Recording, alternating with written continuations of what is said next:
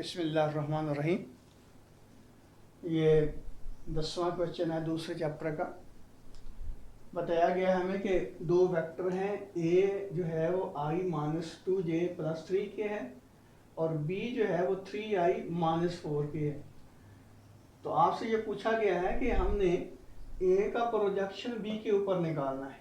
तो हम कहते हैं कि बिलफर्ज ये a वेक्टर, ये b वेक्टर, इनके दरमियान एंगल थीटा है। अब a का जो प्रोजेक्शन है b के ऊपर वो क्या बनेगा, ये देखें। हम इसका जो टिप है a वेक्टर का, उससे प्रोजेक्शन ड्रा करते हैं, परपेंडिकुलर ड्रा करते हैं b के ऊपर। तो ये प्रोजेक्शन बनता है, a का प्रोजेक्शन ये बनता है। तो ये बनेगा a cos of theta. Definitely ये a का वो कंपोनेंट जो b की डायरेक्शन में है वो बनता है a cos ऑफ थीटा, और वही प्रोजेक्शन होगा a का b के ऊपर। हमने डॉट प्रोडक्ट में पढ़ा था कि a डॉट b जो होता है वो a b cos of theta के बराबर होता है। हमने फाइंड आउट क्या करना है, a cos थीटा। तो a cos थीटा किसके बराबर होगा, a dot b over b से उसको डिवाइड कर दे। अब a डॉट b किसके बराबर होगा, ax bx plus ay by plus az bz। अब ax 1, bx 3, ay -2, by 0। यहाँ ये कंपोनेंट 0 के बराबर है, तो by 0, az 3, bz -4। तो ये 3 को 1 से मल्टीप्लाई करें 3 आ जाएगा, ये 0 हो जाएगा और ये 12 माइनस आ जाएगा। तो ये 3 है -12 है, तो इसका a डॉट b का आंसर आएगा -9। अब यहाँ b की वैल्यू अपने मालूम करनी है। b क्या है, मैग्नीट्यूड है, b वेक्टर की मैग्नीट्यूड। तो किस तरह निकालेंगे, x कंपोनेंट का स्क्वायर प्लस y कंपोनेंट का स्क्वायर प्लस z कंपोनेंट का स्क्वायर और उसकी अंडर रूट। तो ये x कंपोनेंट 9, 3 का स्क्वायर 9 आ गया। y कंपोनेंट यहाँ है ही नहीं, तो z कंपोनेंट जो है, तो bx जो है, z जो है वो किसके बराबर होगा, -4। इसका स्क्वायर 16, 9 + 16 ये 25 आ गया, इसके अंडर रूट b के बराबर होगी। अब b की वैल्यू का भी पता चल गया, a डॉट b की वैल्यू का भी पता चल गया। ये दोनों वैल्यूज जो हैं इस इक्वेशन में पुट करें तो ये आ जाएगा 9/5 -9/5 a cos ऑफ थीटा। तो ये इसका आंसर होगा। तो आपसे ये भी पूछा जा सकता है कि b का प्रोजेक्शन a के ऊपर क्या होगा, तो फिर क्या निकालेंगे, b cos ऑफ थीटा। तो वो भी इसी तरह आप सॉल्व कर सकते हैं। अगला क्वेश्चन है कि आपको 3 वेक्टर दिए गए, a है, b है, c है। अब कहते हैं कि a वेक्टर जो है वो 4 यूनिट है लेकिन नॉर्थवर्ड, और b वेक्टर जो है वो 3 यूनिट है लेकिन वेस्टवर्ड है, मगरब की तरफ है। और c वेक्टर जो है वो 8 यूनिट है, वो ईस्टवर्ड है। तो अब हमने टेक्निक क्या इस्तेमाल की, वैसे तो ये देखें ना, ज्योग्राफिकल डायरेक्शन होती हैं, ये नॉर्थ ऊपर की तरफ लिया जाता है, ईस्ट इधर होगा, वेस्ट इधर होगा, साउथ इधर होगा। तो मैंने क्या किया, ईस्ट वर्ड यूनिट वेक्टर ले लिया, आई यूनिट वेक्टर, यानी जो ईस्ट की डायरेक्शन को शो करता है, और नॉर्थ की डायरेक्शन को शो करता है जे यूनिट वेक्टर। तो इसका मतलब क्या हुआ कि वेस्ट की तरफ -i आ जाएगा और साउथ की तरफ -j आ जाएगा। तो इसलिए मैं ए वेक्टर लिखता हूँ 4j। 4j का क्या मतलब, ये 4 यूनिट हैं अलोंग नॉर्थ मीन जे डायरेक्शन में, ये डायरेक्शन में यूनिट वेक्टर जे जो है वो इसकी डायरेक्शन को शो करता है। इसी तरह बी वेक्टर जो है वह है 3 यूनिट लेकिन वेस्ट वर्ड है, वेस्ट की तरफ जो यूनिट वेक्टर आता है हमने लिखा -i यूनिट वेक्टर हो गया, तो ये -3i आ गया। और इसी तरह सी वेक्टर जो है वो 8i, क्योंकि 8 यूनिट है वो और आई ईस्ट वर्ड है, तो आई यूनिट वेक्टर मैंने ईस्ट वर्ड ले लिए। अब इनका क्रॉस प्रोडक्ट ले लें, बड़ा आसान हो गया। ए क्रॉस बी, ए की जगह 4j और बी की जगह -3i लिख दें। तो ये मैग्नीट्यूड को अलग ले लें, 4 और 3 का प्रोडक्ट, और ये आ जाएगा i cross j cross -i। तो अब जब इसका ऑर्डर तब्दील करेंगे तो ये नेगेटिव साइन खत्म हो जाएगा। आपको पता है कि i cross J cross i एक दूसरे के नेगेटिव होते हैं। तो जब इसको उलट करेंगे तो ये आ जाएगा i क्रॉस जे, ये नेगेटिव साइन जो है वो खत्म हो जाएगा। आई क्रॉस जे किसके बराबर होता है, ये यूनिट वेक्टर के बराबर होता है। तो इसका मतलब ए क्रॉस बी जो है 12 के आ गया। तो के किधर होगा, ये देखिए ईस्ट है हमारा, इधर नॉर्थ है, इधर ये ईस्ट है, ये नॉर्थ।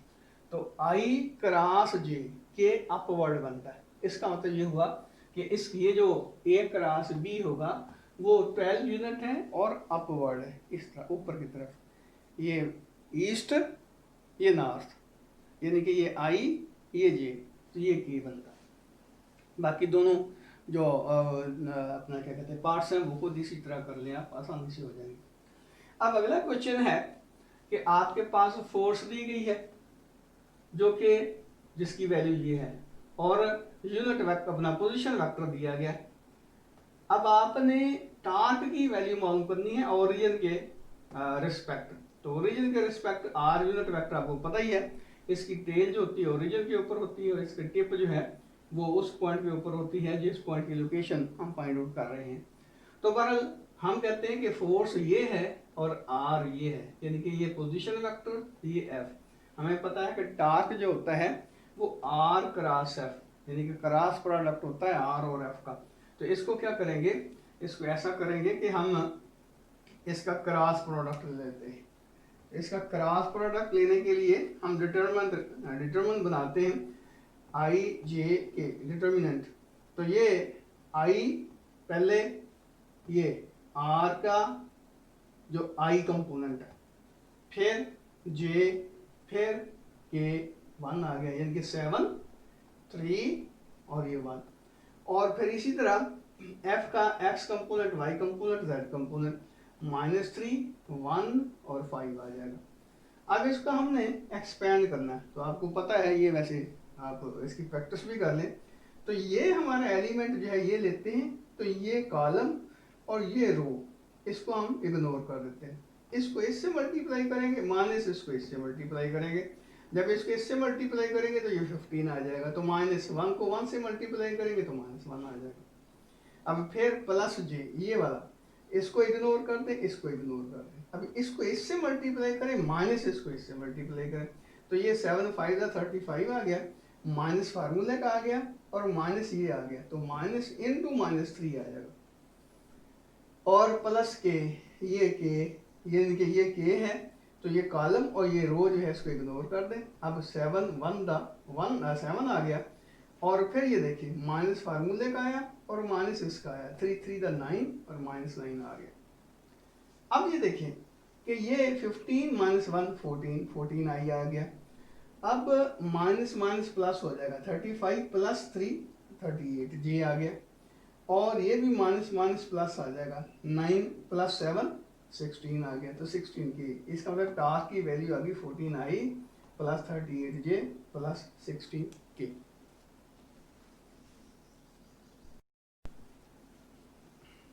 ये 13th क्वेश्चन है।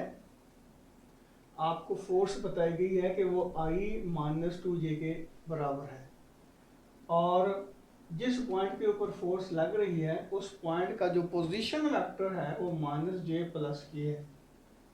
तो आपसे ये पूछा गया है कि ओरिजिन के रिस्पेक्ट इस फोर्स की वजह से जो टार्क लगेगा वो कितना होगा।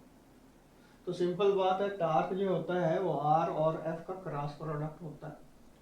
तो R की जगह उसकी वैल्यू पुट कर दें -J + K, और F की जगह उसकी वैल्यू पुट कर दें I-2J।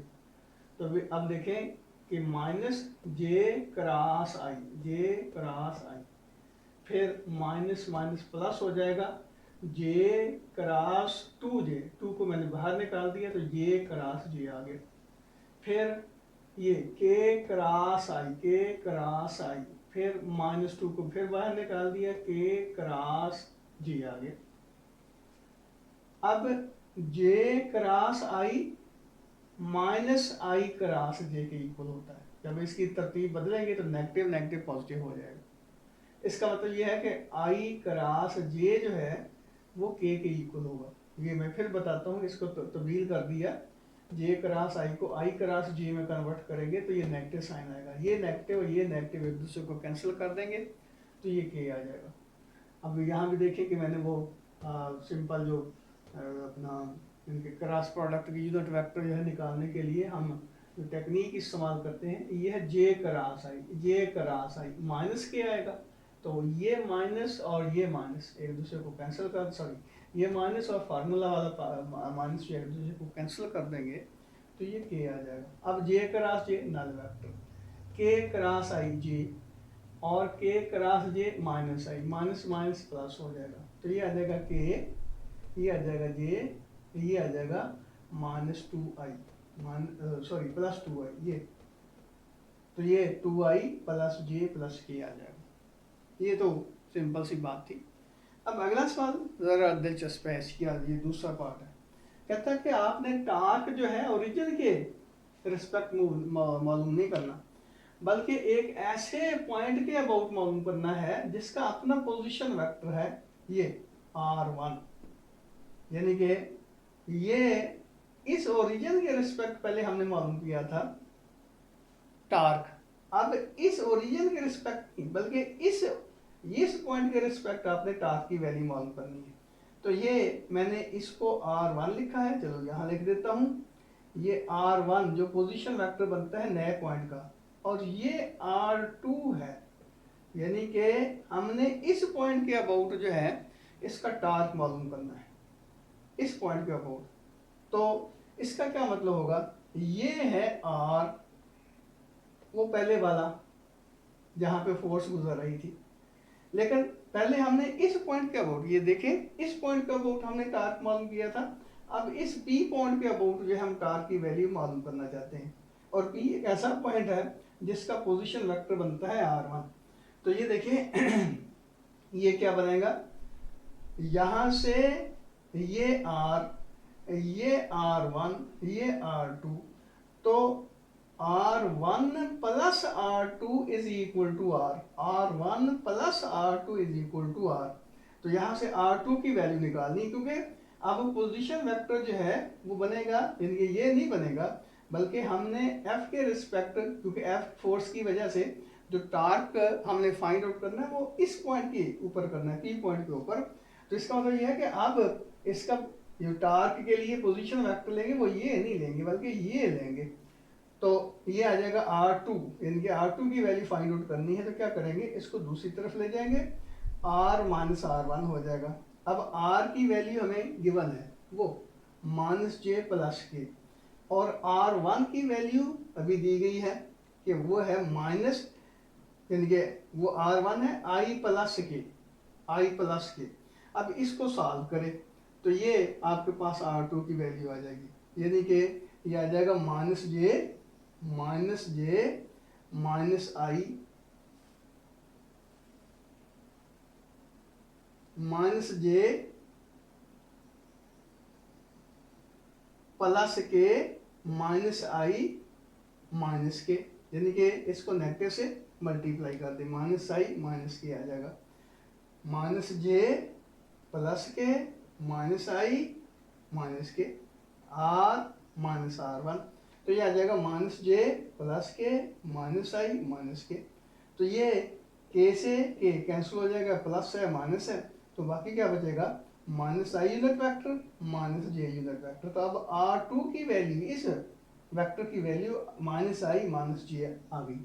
तो अब टार्क मालूम करना है, r2 की जगह उसकी वैल्यू पुट कर दें, f हमें दिया गया है, तो दोनों का हम क्रॉस प्रोडक्ट लेते हैं। तो देखें minus i cross i, minus i cross i, minus minus plus हो जाएगा, i cross j, two i cross j, ये टू ये वाला आ गया, फिर minus j cross i, minus j cross i, फिर माइनस माइनस प्लस हो जाएगा, टू जे क्रॉस जे। अब ये भी नल वेक्टर है और ये भी नल वेक्टर है, तो ये आई क्रॉस जे के आ गया, टू के आ गया, और माइनस जे क्रॉस आई जो होता है वो माइनस के इक्वल होता है, वो माइनस और ये माइनस एक दूसरे को कैंसिल कर देंगे, ये के आ जाएगा, तो 2k प्लस के, ये 3k इसका आंसर आ जाएगा। अब अगला क्वेश्चन है कि कहता है कि मैग्नीट्यूड जो है, यानी कि ए डॉट बी की वैल्यू जो है वो 6√3 है, और क्रॉस प्रोडक्ट की, इन दोनों वेक्टर के क्रॉस प्रोडक्ट की मैग्नीट्यूड जो है वो 6 है। इनके दो वेक्टर आपको दिए गए हैं, मैंने कहा कि वो ए बी दो वेक्टर हैं, कहते हैं जब इनका डॉट प्रोडक्ट लेते हैं तो रिजल्ट ये आता है, अब इनका क्रॉस प्रोडक्ट लेते हैं तो उसकी मैग्नीट्यूड 6 के बराबर आती है। तो इनके दरमियान ये जो एंगल होगा वो कितना होगा, तो हमें पता है ए डॉट बी किसके बराबर होता है, A B cos of theta, और A B cos of theta किसके बराबर हो गया 6√3 के। और इसी तरह ए क्रॉस बी की मैग्नीट्यूड किसके बराबर होती है, डायरेक्शन हम नहीं ले रहे यहाँ, A B sine of theta, और A B sine of theta की मैग्नीट्यूड किसके बराबर होगी, यानी कि A B sine of theta जो कि मैग्नीट्यूड है क्रॉस बी की, उसकी वैल्यू क्या आ जाएगी 6।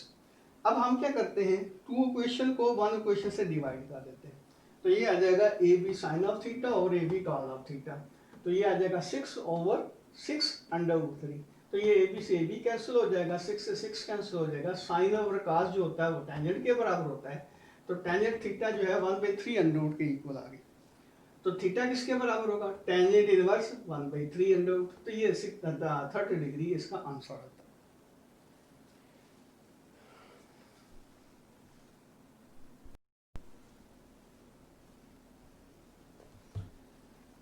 ये 15वां क्वेश्चन है कि ये एक धागा है, 2 स्पोर्ट्स के दरमियान उसको हमने क्लैंप अप किया हुआ है, रस्सी है, इसके साथ हमने जब लोड लटकाया 10 न्यूटन का, तो जाहिर है ये टिल्ट हो जाएगा, नीचे की तरफ झुक जाएगा।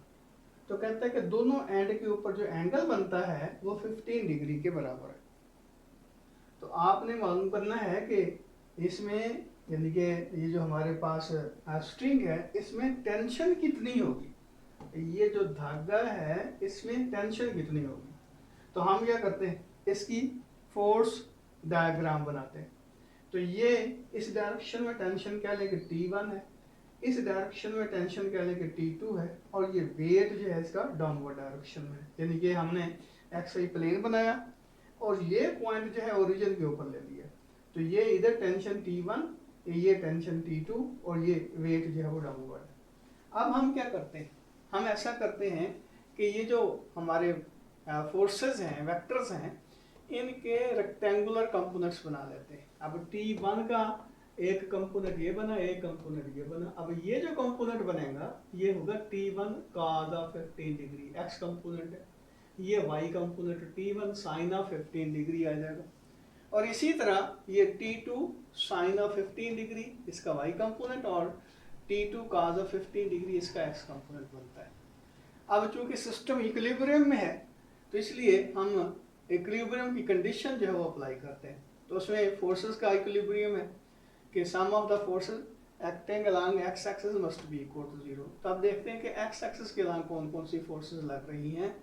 तो ये फोर्स पॉजिटिव x एक्सिस की तरफ लग रही है, ये आ जाएगा T1 cos ऑफ 15 डिग्री, और ये फोर्स नेगेटिव x एक्सिस की तरफ लग रही है, साइन नेगेटिव आ गया, T2 cos of 15 degree is equal to 0।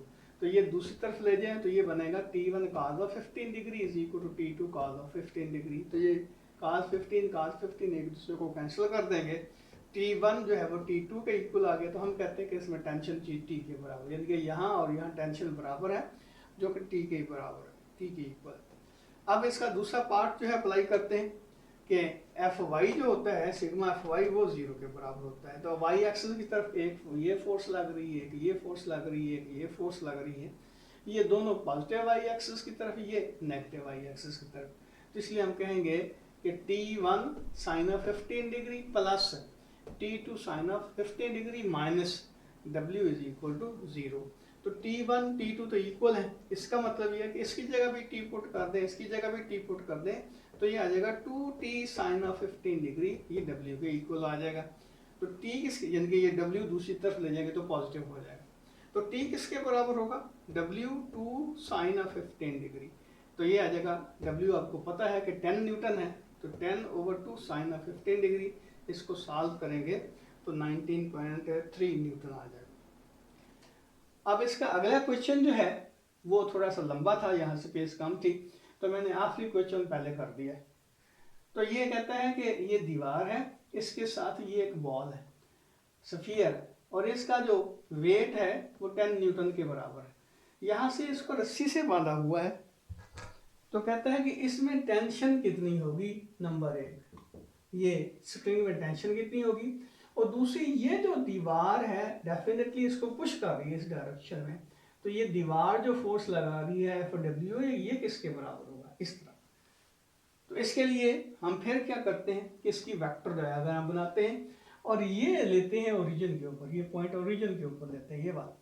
इसका क्या मतलब हुआ, अब ये टेंशन है जो कि ये देखें 30 डिग्री का एंगल बनाते हैं, यहाँ 30 डिग्री का एंगल बनेगा तो ये 60 डिग्री का एंगल बनेगा, क्योंकि आपको पता है कि 60 + 30 और ये 90 डिग्री का बनता है, तो 180 पूरे हो जाते हैं। तो इंटीरियर एंगल जो होते हैं किसी भी ट्राइंगल के, उनका सम जो है वो 180 डिग्री के बराबर होता है।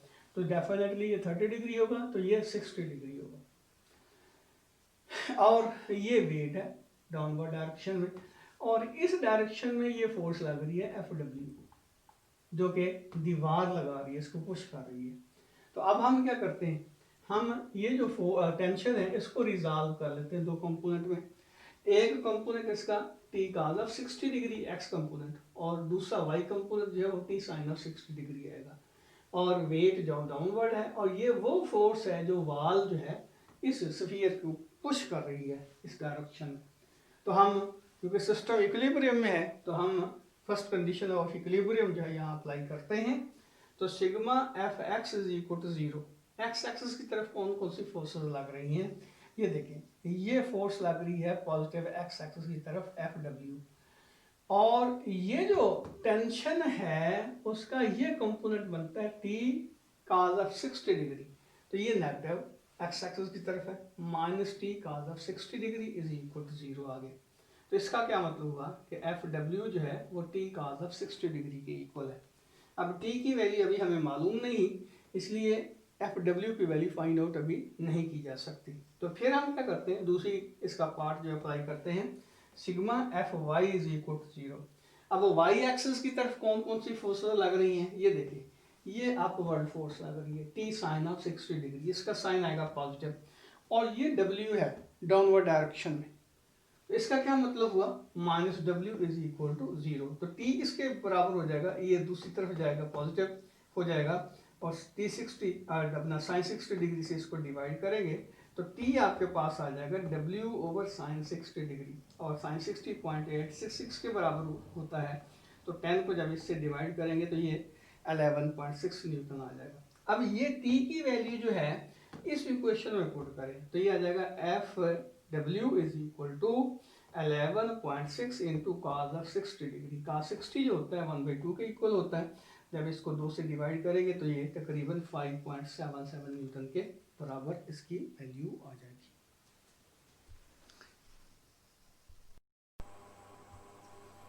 तो ये 17th क्वेश्चन है कि ये एक स्फीयर है, ज़मीन के ग्राउंड पे पड़ा हुआ है, इसके सामने ये एक वेज है या एक ये रुकावट है, स्टेप है, जिसकी हाइट जो है वो 5 सेंटीमीटर। अब सिचुएशन कुछ यूँ है कि स्फीयर का जो रेडियस है वह है 20 सेंटीमीटर। ये एक फोर्स लग रही है वो इस पॉइंट के ऊपर लग रही है, यानी कि 10 सेंटीमीटर ऊपर यहाँ पे लग रही है इस डायरेक्शन में। तो पूछा ये गया कि ये कम से कम कितनी फोर्स हो कि ये जो हमारा स्फीयर है ये अपलिफ्ट हो जाए। तो अब ये देखें, स्फीयर का जो वेट दिया गया है वह है 50 न्यूटन के बराबर। तो ये फोर्स की वैल्यू हम किस तरह निकालेंगे, ये देखिए, ये पूरे का पूरा व्हील है इस पॉइंट का अबाउट ये रोटेट कर सकता है, इसका ये ऐसे, ये क्योंकि ये वो पॉइंट होगा जो स्टेशनरी, इसका स्टेशनरी रहेगा, ये ऐसे उठेगा ऊपर की तरफ। तो इसका मतलब ये होगा कि ये अब इसका ओरिजिन होगा, यानी कि ये पिवोटल पॉइंट, ये एक्सिस ऑफ रोटेशन होगा। इसके अलावा हम कोई भी पॉइंट इसका नहीं ले सकते एज एक्सिस ऑफ रोटेशन। वजह क्या है कि ये स्टैटिक नहीं रहेगा, ये डायनामिक है। तो फिर हमने ये देखना है कि प्रैक्टिकली किस पॉइंट के अबाउट जो है वो ये रोटेट कर सकता है। तो ये वो पॉइंट है जिसके अबाउट ये रोटेट करेगा, ऐसे उठेगा ऊपर की तरफ। तो अब ये देखें कि इसकी ज्योमेट्री को कि ये फोर्स है और यहाँ से लेकर यहाँ तक ये परपेंडिकुलर डिस्टेंस जो इसका मोमेंट आर्म होगा। तो ये डिस्टेंस कितना होगा, यहाँ से लेकर यहाँ तक 10 सेंटीमीटर और यहाँ से लेकर यहाँ तक 5 सेंटीमीटर, तो टोटल 20 सेंटीमीटर था, तो ये 15 सेंटीमीटर हो जाएगा। इसका मतलब यहाँ से लेकर यहाँ तक का जो डिस्टेंस होगा, जिसको हमने R1 से शो किया है, 10 + 15 मीन 25 सेंटीमीटर होगा। अब अगली बात ये है कि वेट यहाँ पे एक्ट कर रहा है और इसका मोमेंट आप यानी कि परपेंडिकुलर डिस्टेंस ये बनेगा। तो ये डिस्टेंस किस तरह मालूम करते हैं, हम कहते हैं यहाँ एक ये राइट एंगल ट्राइंगल बना लेते हैं। तो यहाँ से लेकर यहाँ तक का डिस्टेंस का हमें पता है 20 सेंटीमीटर है, यहाँ से यहाँ तक का हमें पता है 15 सेंटीमीटर है। ये इसका मोमेंट आर बनता है वेट का। तो ये कितना होगा, हम यहाँ पैथागोरियन थ्योरम इस्तेमाल करते हैं कि O P square is equal to O Q square plus Q P square. तो ये यहाँ से ओ क्यू स्क्वायर की वैल्यू निकाल लेंगे, यानी कि ये इधर आ जाएगा, नेगेटिव हो जाएगा। तो O P square minus Q P square. तो ये हमें पता है ओ पी जो है वो 20 सेंटीमीटर है, क्यू पी जो 15 सेंटीमीटर है। इसका स्क्वायर ये 400 माइनस 225 आ जाएगा। तो ये आ जाएगा O Q square 175 centimetre square. तो ओ क्यू क्या है, ये है R2, ये इसका मतलब R2 स्क्वायर 175 सेंटीमीटर आ गया। तो R2 की वैल्यू क्या आ जाएगी, इसकी अंडर रूट, और वो बनता है 13.2 सेंटीमीटर। अब यहाँ सेकंड कंडीशन ऑफ इक्विलिब्रियम हम अप्लाई करते हैं। तो ये देखिए, ये जो फोर्स है इसको एंटी क्लॉकवाइज डायरेक्शन में रोटेट कर सकती है। ये देखिए इसके वो किस तरह ये भी रोटेट हो सकता है, और ये फोर्स इसको क्लॉकवाइज डायरेक्शन में रोटेट करेगी। तो इसका साइन हम पॉजिटिव लेते हैं, इसका साइन नेगेटिव लेते हैं। तो ये R1 की मैग्नीट्यूड आपको पता है 25 सेंटीमीटर है। 25 सेंटीमीटर यानी 25 मल्टीप्लाई बाय एफ। तो ये minus R2 13.2 centimetre multiply by W 50। तो ये दूसरी तरफ जाएगा। तो यहाँ से F को आप कैलकुलेट करेंगे तो 26.4 न्यूटन इसका आंसर आएगा। कम अज कम इतनी फोर्स होगी तो तब ये अपलिफ्ट हो सकता है, इससे कम फोर्स ये अपलिफ्ट नहीं हो सकता। अल्लाह हाफिज़।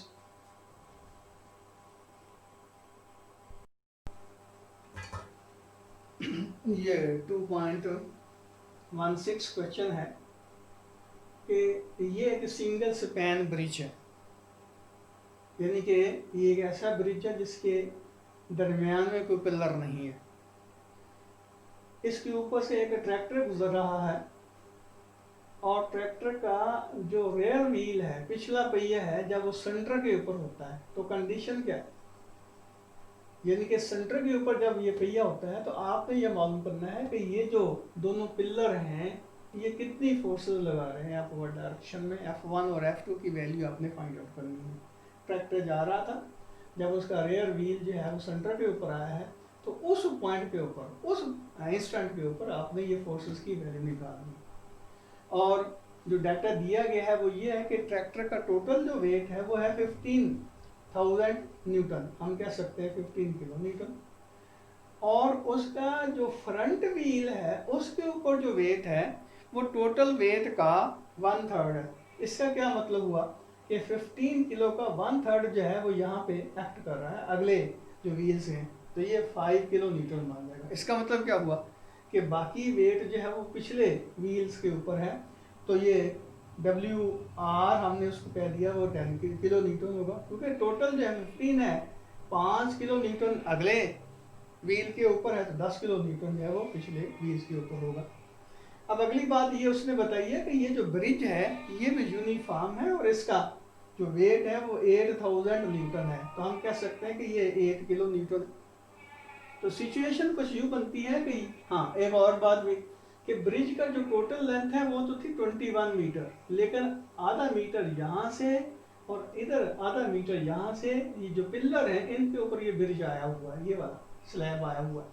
तो इसका मतलब ये हुआ कि दोनों के दरमियान जो डिस्टेंस बनता है जो कि फ्री है वो है 20 मीटर का।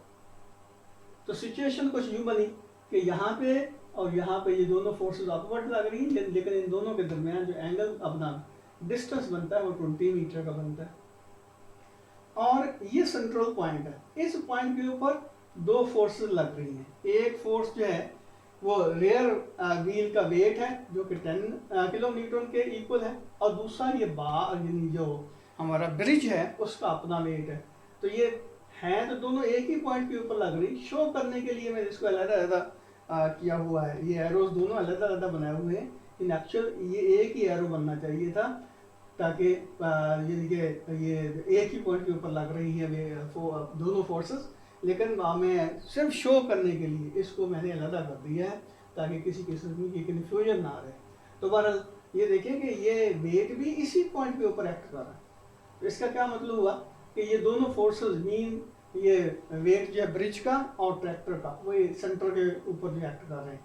अब इससे जो अगले व्हील हैं उनका डिस्टेंस जो 3 मीटर का है, तो यहाँ पे 3 मीटर के फासले के ऊपर ये 5 किलो न्यूटन की फोर्स लग रही है। तो ज़ाहिर है सेंटर से इस फोर्स का फासला और सेंटर से इस फोर्स का फासला जो है 10 मीटर के बराबर होगा दोनों तरफ। अब हम चूंकि सिस्टम इक्विलिब्रियम में है इसलिए फर्स्ट कंडीशन इक्विलिब्रियम जो है वो उसकी अप्लाई करते हैं, लेकिन हमें ये पता है, यहाँ देखेंगे कोई भी फोर्स जो है एक्स एक्सिस के अलग नहीं लग रही, इसलिए हम सिग्मा एफ एक्स को इज इक्वल टू 0 को इग्नोर कर देते हैं। तो यहाँ कहते हैं कि sigma F Y is equal to 0, Y axis की तरफ जो फोर्सेज लग रही हैं उनका सम जो है वो 0 के बराबर होगा। अब ये देखें, ये F1 अपवर्ड है, पॉजिटिव साइन आएगा, F2 अपवर्ड है, पॉजिटिव साइन आएगा, ये W नेगेटिव है, नीचे की तरफ है, नेगेटिव वाई एक्सिस की तरफ, और फ्रंट व्हील जो है इसके ऊपर वेट है वो भी अपना डाउनवर्ड है, और रेयर व्हील के ऊपर जो वेट है वो भी डाउनवर्ड है। तो इसका साइन भी नेगेटिव, इसका साइन भी नेगेटिव, इसका साइन भी नेगेटिव। इनकी वैल्यूज पुट करें, 8 किलो न्यूटन और 5 किलो न्यूटन और 10 किलो न्यूटन, तो ये बनता है 23 किलो न्यूटन।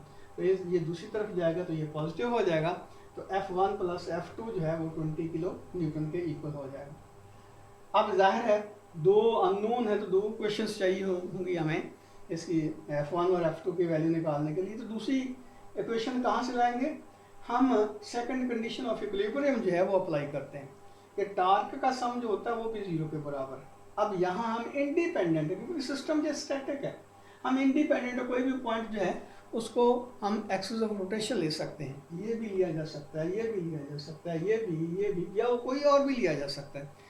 लेकिन एक टेक्निकल बात ये है कि आप वो पॉइंट लिया करें एज एक्सिस ऑफ रोटेशन जिसमें से मैक्सिमम फोर्सेस जो है वो पास हों, ताकि आपको जो कैलकुलेशन है टार्क की उसको निकालना आसान हो। तो मैं यही टेक्निक इस्तेमाल करता हूँ कि ये देखें, ये पॉइंट मैं लेता हूँ, ए पॉइंट जो है वो पॉइंट ऑफ रोटेशन ले लेता हूँ, तो मैंने लिखा कि let A be the pivoted point, ये पॉइंट है जिसके अबाउट ये जो ब्रिज है बिल्कुल रोटेट कर सकता है।